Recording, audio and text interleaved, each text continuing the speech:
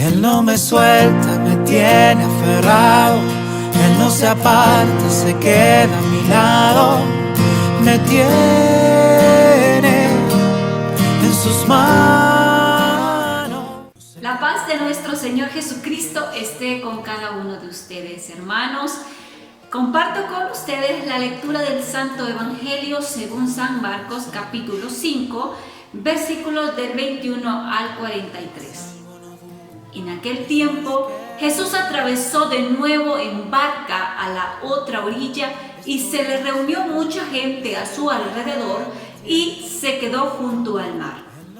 Se acercó un jefe de la sinagoga que se llamaba Jairo y al verlo se echó a sus pies rogándole con insistencia: «Mi niña está en las últimas.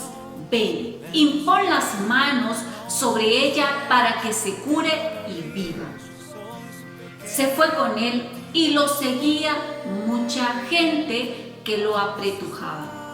Había una mujer que padecía un flujo de sangre desde hacía 12 años. Había sufrido mucho a manos de médicos y se había gastado en eso toda su fortuna. Pero, en vez de mejorar, se había puesto peor.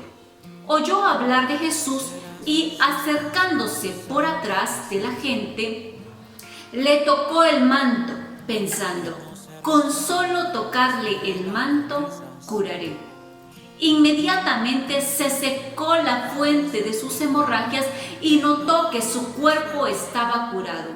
Jesús, notando que había salido una fuerza de él, se volvió enseguida y en medio de la gente preguntaba: «¿Quién me ha tocado el manto?». Sus discípulos le contestaban: «¿Ves cómo te apretuja la gente y preguntas: ¿quién me ha tocado?». Él seguía mirando alrededor para ver a la que le había hecho esto. La mujer se acercó asustada, temblorosa. Al comprender lo que había ocurrido, se le echó a los pies y le confesó toda la verdad. Él le dice: «Hija, tu fe te ha salvado. Vete en paz y queda curada de tu enfermedad». Todavía estaba hablando Jesús cuando se acercaron de casa del jefe de la sinagoga para decirle: «Tu hija ha muerto. ¿Para qué molestar más al maestro?». Jesús alcanzó a oír lo que hablaban y le dijo al jefe de la sinagoga: «No temas, basta que tengas fe». No permitió que lo acompañara nadie más que Pedro, Santiago y Juan, el hermano de Santiago.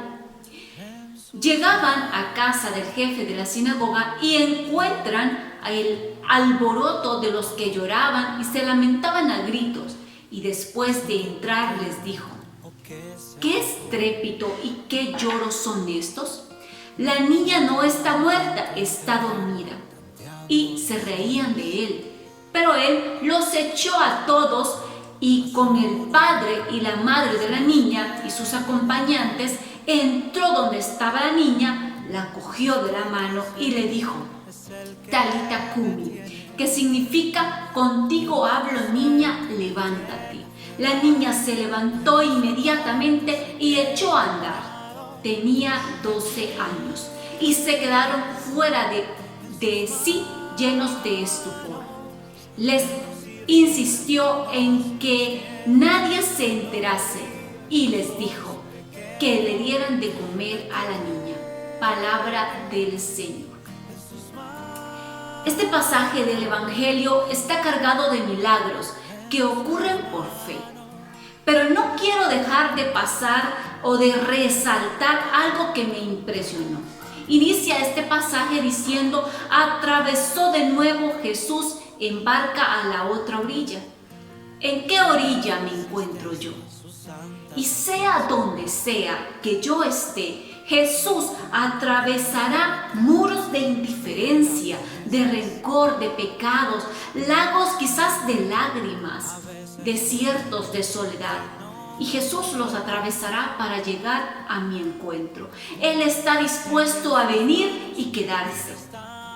Jesús vino para darnos vida.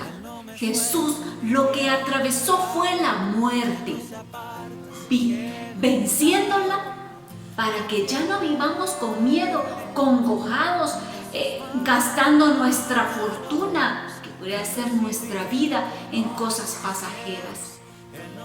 Aquí vemos nosotros a una mujer que tiene 12 años con una hemorragia y que se ha gastado toda una fortuna. A esta mujer la vida se le estaba yendo poco a poco, gota a gota. Por más que luchó con sus propias fuerzas, por más que estaban unos sabios ayudándole, no pudo curarse, porque el único que puede darnos vida es Jesús. Qué bueno preguntarnos este día, ¿cómo estoy yo perdiendo mi vida? Poco a poco. ¿Cómo gasto la fortuna de mi tiempo, por ejemplo, cuando no la invierto en oración, en esas pláticas con Jesús? ¿Cómo se está yendo? Es necesario reconocer que hemos padecido una hemorragia y que Jesús puede curarnos y preguntarnos, en mi día a día, ¿por dónde pasa Jesús? Quizás en medio de muchos mensajes que te llegan al celular, ahí apretado, llega Jesús y tenemos que ser sabios y listos para saber dónde está. Quizás en una oración pequeña que logras hacer en medio de un día apretado, en medio de un día cansado de trabajo, ahí va Jesús, ahí va el Maestro, ese del que has escuchado, pero que hoy puedes experimentar.